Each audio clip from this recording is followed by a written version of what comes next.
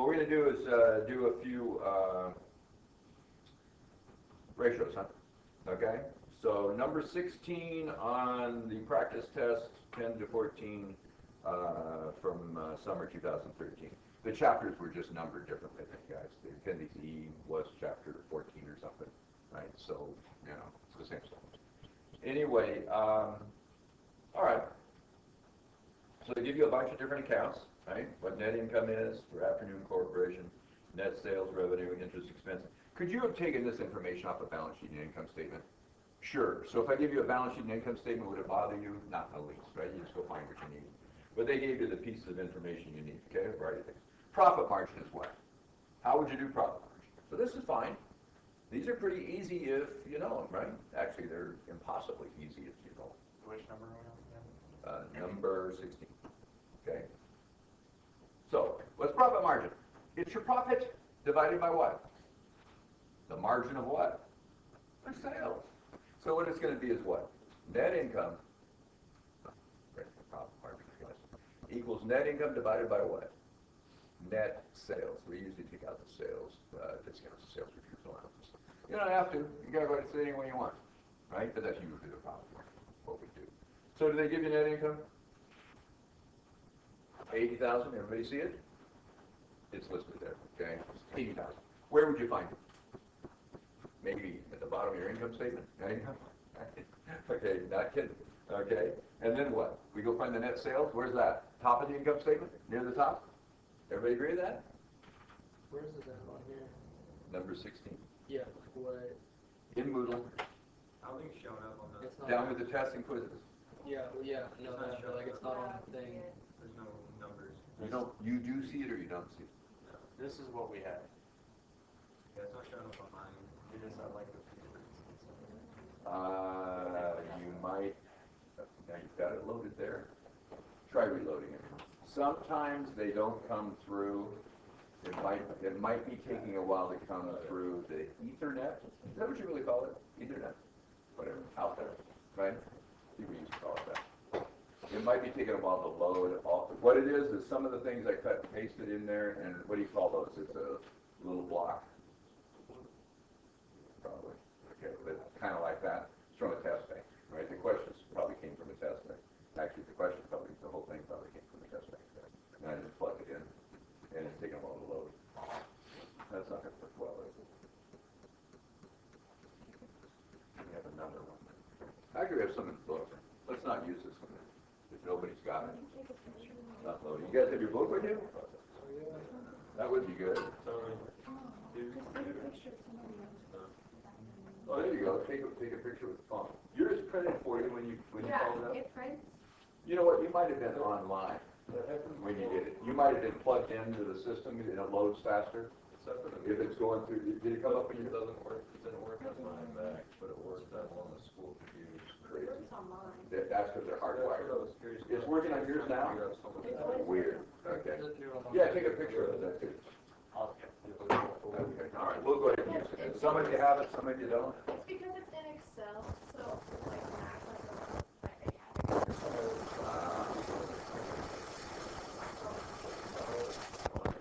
I think some of them communicate slower too, because I've found even when I'm hardwired in, it quizzes them up.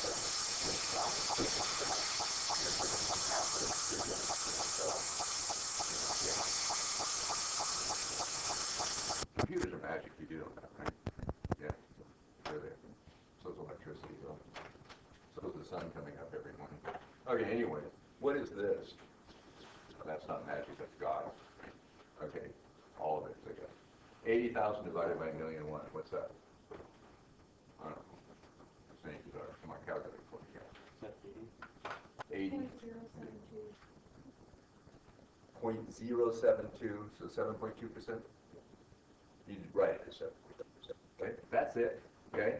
Could you do 3 different years? You know, the same company 3 years, and then look what the trend was. Could you compare this to competitors, to benchmark companies, that kind of thing? Could you compare it to what you budgeted, what you planned to do? Yeah, that's all it is.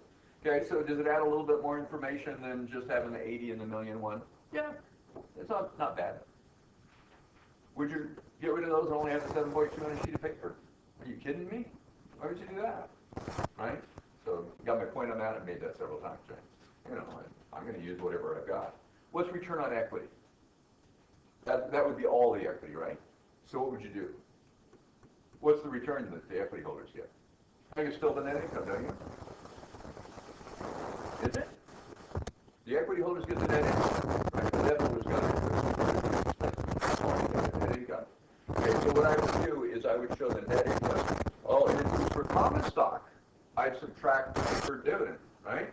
And divided by the average common stock. 3 is divided by all the equity. Okay? And because I'm taking something from the income statement, net income, right? I'm going to take the average of the balance sheet. Because the balance sheet starts with some amount, ends with some amount, and it either grows or shrinks, right, guys? Okay, for each one of the accounts. But the income is coming in throughout the year.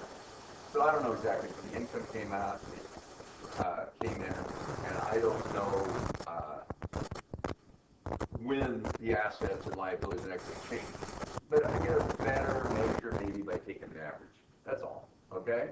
So what I'll do is I'll do the average equity. So let's calculate it. What's the net income? I think it's still 80,000, don't you guys? It's 80,000, it's 80,000. And then what I would do is I would add together beginning equity and ending equity. And it gave you total stockholders' equity. What would you have to do in real life? You got the income statement you get your income off of course. Where would you get your total equity? It's your balance sheet, right? Beginning of the year equity, which is the end of last year, and end of the year equity in your balance sheet, right? What would I include? All of it. Common stock, preferred stock, additional paid-in capital on both. I don't know, retained earnings, less treasury stock, whatever it is, right? Total equity, right? Beginning and end. Well, here they just gave it to you. And they say it's the same at the beginning and the end of the year, apparently, because they just said they gave it to you. So I'm going to have to just use the 300. But what I would really do is take the beginning plus the ending and divide by 2. Okay? So I guess that's the average equity. So what's this return on equity? Pretty good, isn't it? What percentage is that? 27 or 26.6. Okay. Now, here's the deal with that. That's book value of the equity. You think the market value of the equity at the beginning of the year might have been more than that? Yeah, it could be 3 times that. We could make that number much smaller.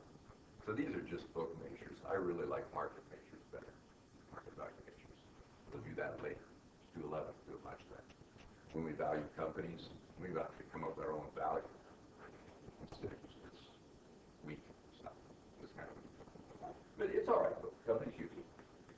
Earnings per share, what's that? It's your earnings divided by your shares. Don't you think?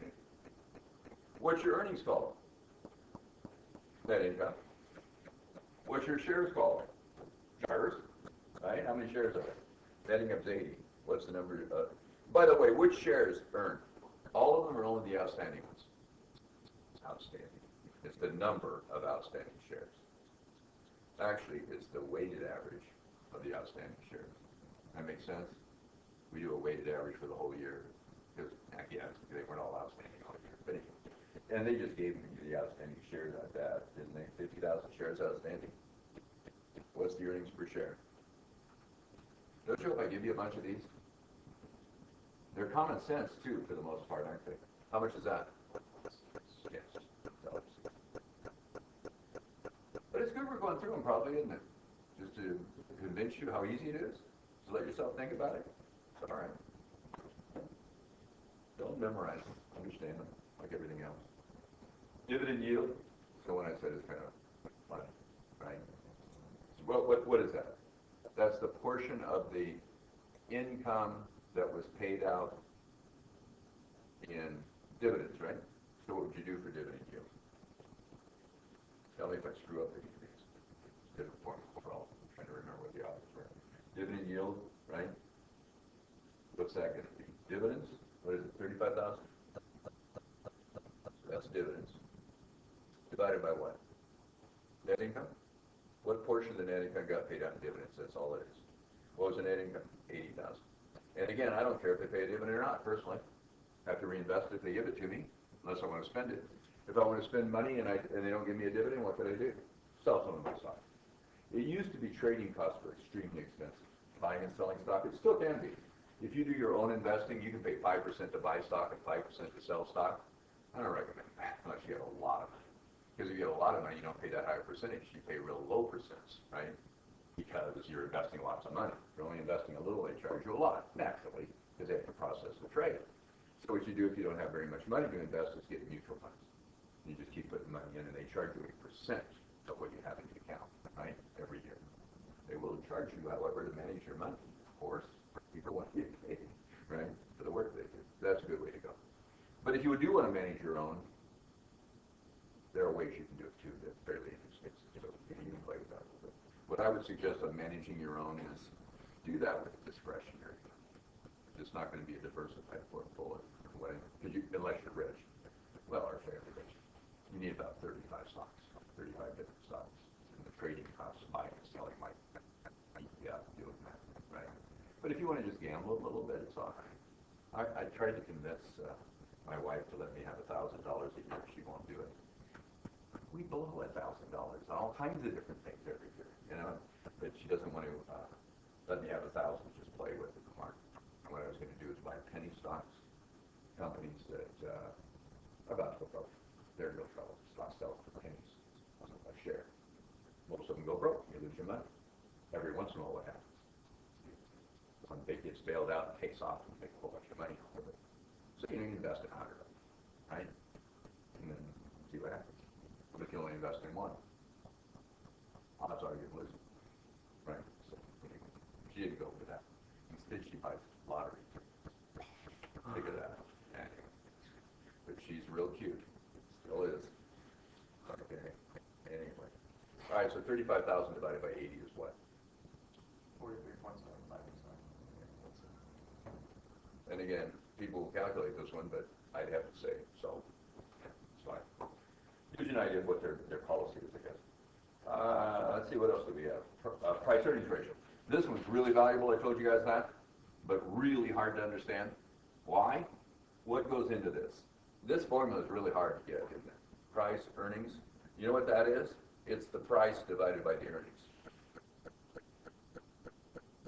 Please don't memorize that. What do we mean by price, though? Market value per share, or in total. You could use market cap, it's called, market capitalization. If you go to Yahoo Finance for any company that's publicly traded, you can find their market capitalization. What that is their market value per share times their outstanding shares. Got it? Okay? So this is market value per share is how Yahoo does it, and that's just fine. Okay, earnings, that's going to be earnings per share. Make sure that you do, you know, if one's per share, make the other one per share. Or you could take your total net income and divide it into the market cap. Got the idea? Okay, price over earnings. So it's how many years do you have to earn to get back your investment? Kind of, right? It's not really that, but kind of. But you expect the earnings to change.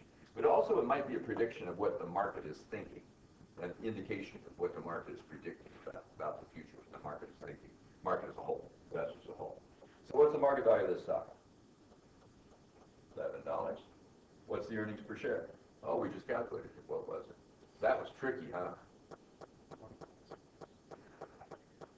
1.6. So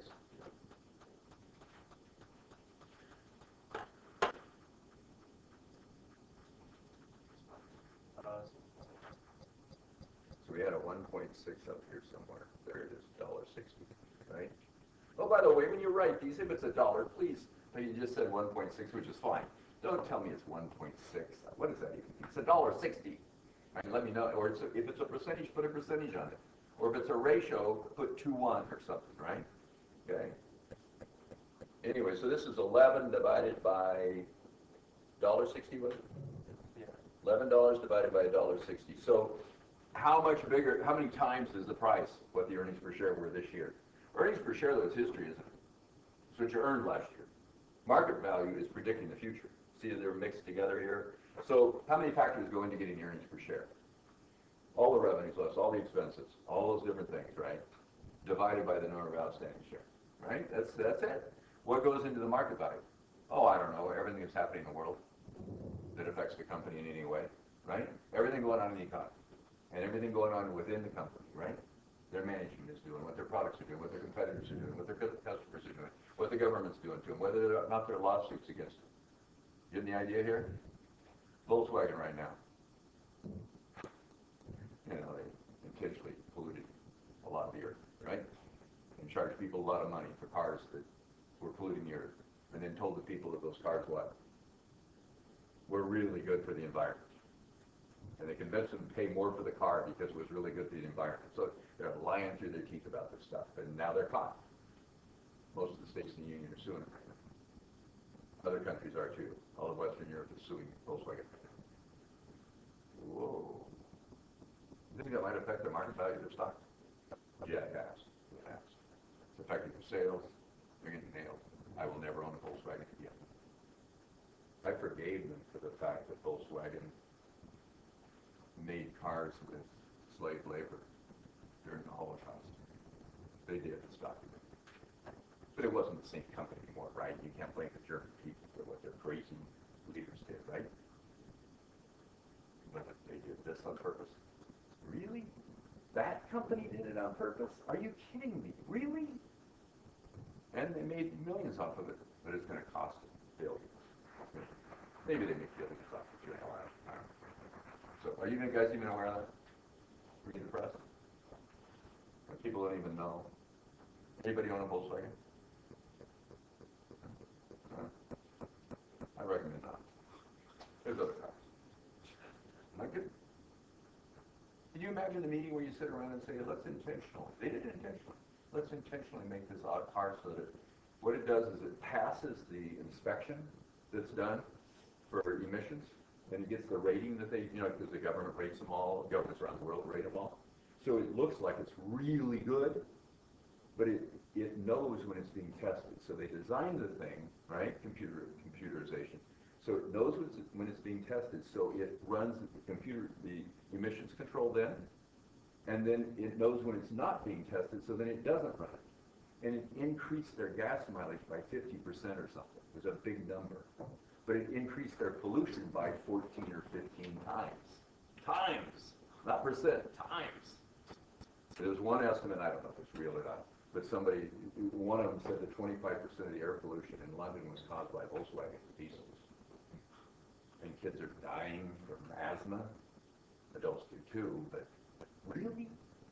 Right? So, can you see where they get sued? Oh man, the lawsuits are just amazing. How'd they get All the owners to get their money back for the cars. They want to take their car back. They want to sell it. Give me my money back. Here's your car. Yeah, maybe. That happened in some states. How'd they get caught? Oh, they got caught by, I think somebody for the government figured it out. Looked at it. I mean, they designed the parts to actually do this, the computer and the parts. It's unbelievable. And it had to be the executive suite. Nobody did something like this. Well, it's worldwide, too. All their manufacturing. Oh, by the way, it's Porsches, too. The diesel Porsches. It's Audis, too. It's all Volkswagen. Unbelievable. I don't know. I hope no U.S. company ever does that. By the way, we have Ford cars that kill people. Chevrolets have killed people, right? There have been some instances where they really should have known. The Ford Pinto years ago, you might have heard about that in school. They knew they exploded when they got rear-ended, and they kept right on making it like that. So those are horrible things too. But this one just tops them all. They really topped them all. At least there they finally changed the Pinto. What was it? The ignition wasn't shutting off, or some weird thing on Chevys a while back. Chevrolet. It's the Impala. The Impala. My car. Yeah, and Toyota had problems. Oh, your car, so you know. Yeah. And then Toyotas, we were having problems with. Weren't they in park and they'd still drive into the lake or something? They just drove away. They would sit parked. So there are design flaws and things happen. There's something with Ford's fuel things right now too. Yeah, so there's constantly stuff, but that's different. If you didn't mean to do it, or you didn't know about it, although on some of those they knew for a long time. Oh, the airbag one is really interesting, isn't it? Yeah. The one company makes most of the airbags in all the cars in the world, and they tend to explode and throw shrapnel out in the car. So your airbag goes off and kills you. And randomly. And randomly. Not very many of them. I mean, it's just a small percentage, but it's you, right? You might be upset about it. Yeah. So the problem is they can't just quit buying airbags from this company. There aren't enough airbags there. So they have to have them from this company. It's bizarre, isn't it? So the industry has gotten so concentrated that only one company is making most of the airbags? Really? How could that happen? Oh well. And so maybe the government has to make the airbags? I don't want to go there, do you guys? To be safe, we have to have the government make our products? No, no, no, no. Let's not go there. No, no. We don't want that. Okay, anyway. So price earnings ratio, what is it anyway? 11 divided by $1.60. 688. 6.88 to what? 1.0, right? That's what we mean. The price earnings ratio is 6.88, but it's really 6.88 to 1, right? So anyway, 1 for here, 6.8. I guess it takes 6.9 years if they keep earning exactly the same amount they're making for you to get your money back. That's kind of true, right? But there's a lot of ifs in it, right? Anyway, is it kind of an indication of what the market thinks is going to happen, though? If it's a real big number, might the market think things are going to take off? If it's a real small number, might it mean they think the company's going to go downhill? Yeah, maybe, right? But there could be other factors. There could be other explanations. So, okay, that's a pretty good one. It's a real good one if you know what you're doing. Return on assets. Now, this is different. Remember I said this last time? I think it was in this class. I know. One of the classes I did. Right? These guys get interest, right? This is the return on equity. Okay? What's return on assets? I guess it's those added together, isn't it? It's the interest, but remember with the interest you get what? You get to write it off in your tax return, don't you? 1 minus the tax rate then. Remember I said, let's say I'm at a 10% interest rate, and I'm in a 30% tax bracket. What happens? I pay, for every dollar I pay of interest, I put it on my tax return as tax expense, right? And on my income statement. It lowers my tax bill by how much? If I'm in a 30% tax bracket. 30 cents, right? You reduce your income by $1, that'll save you 30 cents of taxes. It's called a tax shield. Okay? All your expenses generate a tax shield for you. Okay? So if I have $1 of interest, it lowers my tax bill by 30 cents. So what did the interest really cost me? 70 cents, right? So it's my interest expense. Let's say it's $1 million. It's my interest expense $1 million times 1 minus the tax rate, right? I only pay 70% of it. The government pays 30% for me. By the way, that sounds real good, but remember the revenues are that way too. Every dollar of revenue I make, the government takes 30% and I get to keep 70. Got the idea? Right? By the way, today is tax day. It's just a terrible day, right? It's the day that we have to give all of our money to the government and they throw it all away on nothing, right? Like healthcare, social security, military, roads, police protection. Come on, right? Do I object to the way that the government spends some of the money? Absolutely. How about 90% of it? Not the least. All the politicians are going to tell you they're just wasting the money. Sure they are. How many of you don't want to have a road out there? Really? Let's stop repairing roads and bridges. Oh, we've been pretty good at that, haven't we? You guys seen the 2nd Street Bridge lately? In this country, we got bridges starting to fall in, don't we? It's kind of nice. Because we don't want to pay taxes. You have to pay taxes, you guys. Either that or you must pay what? Tolls, which are taxes. What are we going to have on all our new bridges? Tolls. They're taxes. Don't kid yourself. It's a tax. Every time you go over and you give them money, it's a tax, right? Of course it is. We just don't call them taxes anymore. And we call them fees, right? Fees. A fee isn't taking money out of your pocket. It's a toll, Come on, it's ridiculous. What's sad, though, is they're kind of probably regressive taxes. What do I mean by that? Poor people disproportionately pay instead of wealthy people. Wealthy people, real wealthy people, won't ever take one of those bridges because they have the private jet, right? They don't have to pay that tax. True? We have a lot of stuff to do in this country, but we'll get there maybe. Okay, over time. Return on assets, what would it be then? It's the interest plus the net income, huh? Remember the return on equity was net income? So what I'm going to do is I'm going to take what? My net income plus what? The interest I paid, interest expense, but only the amount that it cost me, which is 1 minus the tax rate. Right? So again, if it was $1 million, what would it cost me? $700,000 if I'm in a 30% tax bracket, right? Got it? And then I would add to that the net income. okay? And divide that by what? My average assets. Get this a little more solid. Do you guys agree that the equity holders get the net income? Do you guys agree that the debt holders get the interest, right, expense, our interest expense, but it doesn't cost us that full amount, right? It costs us the interest expense times 1 minus the tax rate. See what's going on? So what's the net income again?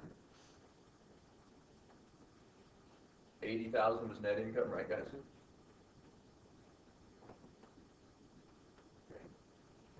Interest expense, it's there, isn't it? Yeah, convenient.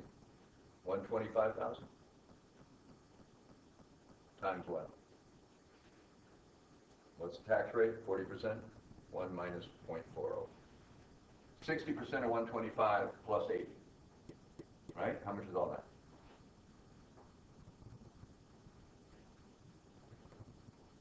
Well, let's go beside it. What's 60% of 125?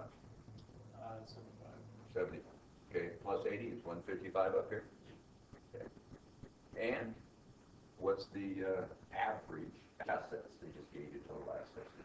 Or they didn't they? Oh, this is really hard the way this is done. Wow. It's not really. I want total assets. What do I know? Current assets are 150. Is that right? I need non-current assets to get my total. True. That's one way you could look at it. What else do I know? Total liabilities are 250, right? 250 is the total here. Do I know my equity? Yeah, it's 300. I guess I could back into non-current assets if I want. 550 is my total. You guys agree with that? And I really do the average, okay? If I had a balance sheet, I take the beginning assets plus the ending assets and divide by 2. Okay, so this is the average. Okay. All right. Well, what's my non-current assets, by the way, if I needed it? 400? I don't think you could ask for it. Okay, so now what do we do?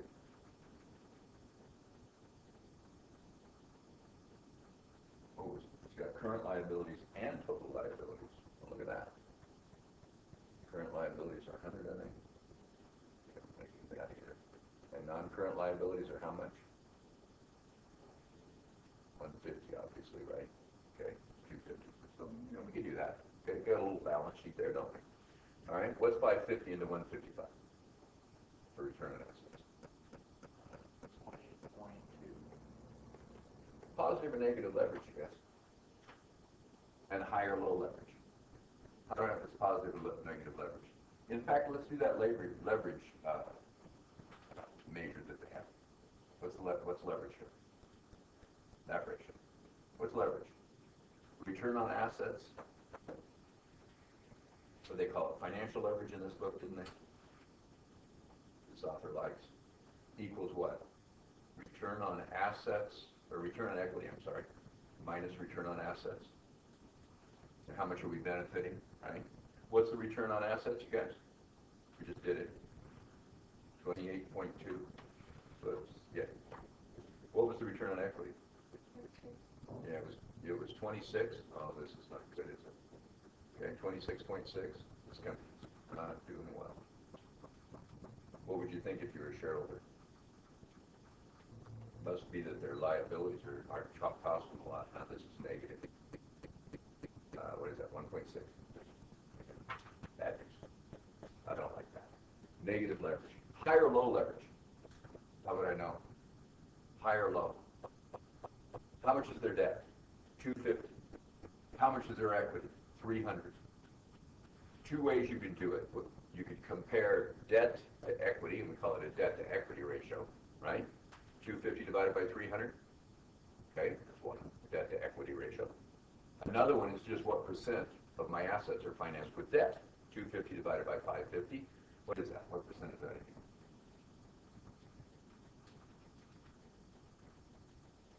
So that's a debt percentage rate. 45.5. So what do you think? This is fairly high leverage, right? Now extremely high with 90%, right? 80%, 70%. but this is moderately high, right? Okay. What would be low leverage? Maybe 10%, 20%. Got the idea? Okay. Healthy, depends on who you talk to. 40, 50%, 30 to 50% maybe, depending on the industry you're in. If you look at Hilton hotels, they have a whole bunch of debt, you guys. Why? They own land and hotels, right? If you look at Apple, right? They don't have very much debt, right? But they also, compared to what their total assets are, their buildings and equipment are not very much, right? They're human capital. Make sense? So it depends what business you're in. If you're in a service industry, what would you expect? Not very much debt compared to equity, right? Okay, not too much. Have a lower debt to equity ratio. That makes sense? If you're in heavy equipment, you're manufacturing, you have a lot of buildings and equipment, right? It'd be the other way around. Okay? So you got to look at what kind of business you're in. So you have to know what you're doing to use these ratios is really the point. They're not comparable across industries, really. But they might be within an industry. Was there a question? Yeah. On the return on assets on the top part of the fraction, can you go over that again? I know it's the... Okay, it's what it is the net income. Yeah, the net income right? plus... Plus the interest times 1 minus the tax rate. Because what do the debt holders get? They get, remember, the assets, what we're talking about is what did we use to finance the assets here, right? We used debt and we used equity. What did the debt holders get? Interest. What did it cost us though? Interest times, right, 1 minus the tax rate. So this is the cost. The tax rate was 40%. Oh, okay. Yeah, it's in the problem. Okay, I'm sorry. The net income was 80, right? The interest was 125, and then it said the tax rate is 40%. Okay. So I took 60% times 125. And then the 550 is their average assets. Yeah. Got it? Yeah. Okay. Not bad. So what do you think the interest rate must have been? What's their long-term debt? Let's see if this makes sense. What's their long-term debt? 150. And what's their interest? This problem screwed up, isn't it? Look at that. The interest expense is how much, you guys? 150. And what's their total liabilities? Let's use total liabilities even. Assume all of them are interest bearing. And remember, some of them are accounts payable and accrued liabilities. There's no interest on those. There'd be short-term notes payable. Why is it 150? It's 125, I apologize. 150 is the debt, or is the debt, average debt. Is that right, or average long-term debt? What's the total liabilities, which I just did? 250. So let's use all of them. We're assuming that everything that they have in liabilities is interest-bearing. We know that's not true. Accounts payable, no interest. Salaries payable, no interest. Got the idea? Taxes payable, no interest. This is ridiculous. The problem's screwed up. Does anybody pay 50% interest? No. So what's 50% times 1 minus the tax rate? 60% of 50% is what? Is that 1 minus 4? Or 1 minus 0.4. 1 minus 0.4.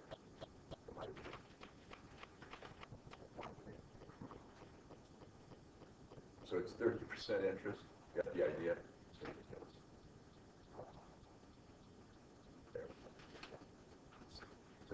So they've got 30% after-tax cost of interest. Yeah. Okay. See what happened here. So the problem's screwed up. If you're earning 27% of your equity, you think you might usually have positive leverage. Yeah, because what would be a normal interest rate here? Certainly no more than 10%. Today's economy, you go to a large company, 4 or 5%. Right? And they get a tax benefit off of that. Okay. So with a lot of companies, it looks like this. Let's say this is 50%. This is 50%, right?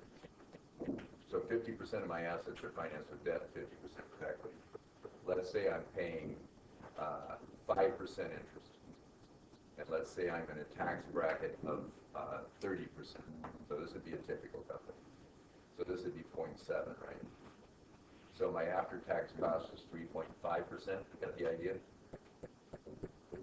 Okay. And if this is, let's say on my assets I managed to earn 8%. How much will we earn over here? I made it easy because it's 50-50. What will we do? 50%, I'm earning 3.5%. What would I have to be earning on the rest? To average 8? No, much more. This is going to be a weighted average. You can't literally add the percentages together, right? So let's say I have $1 million here. Let's do it that way.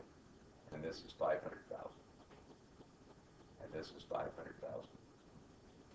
Beyond where we need to be for this class, but it's where we're going, guys. It's where we're going. Okay, so this is $1 million. This is 500. This is 500. What would your after-tax cost of interest be? What would my interest expense be? And what would be my net? Let's do it that way. Okay. So what would happen here? If I've got 500,000, if I've got $1 million invested and I'm earning 8%, what must be interest expense plus net income? It's got to be 100,000 here, right? Or 80,000, 8%. Right? $1 million times 8%. How much is that? 80,000. Wait. So this is 80,000. What would the interest be? 500,000 times 3.5%. What's that?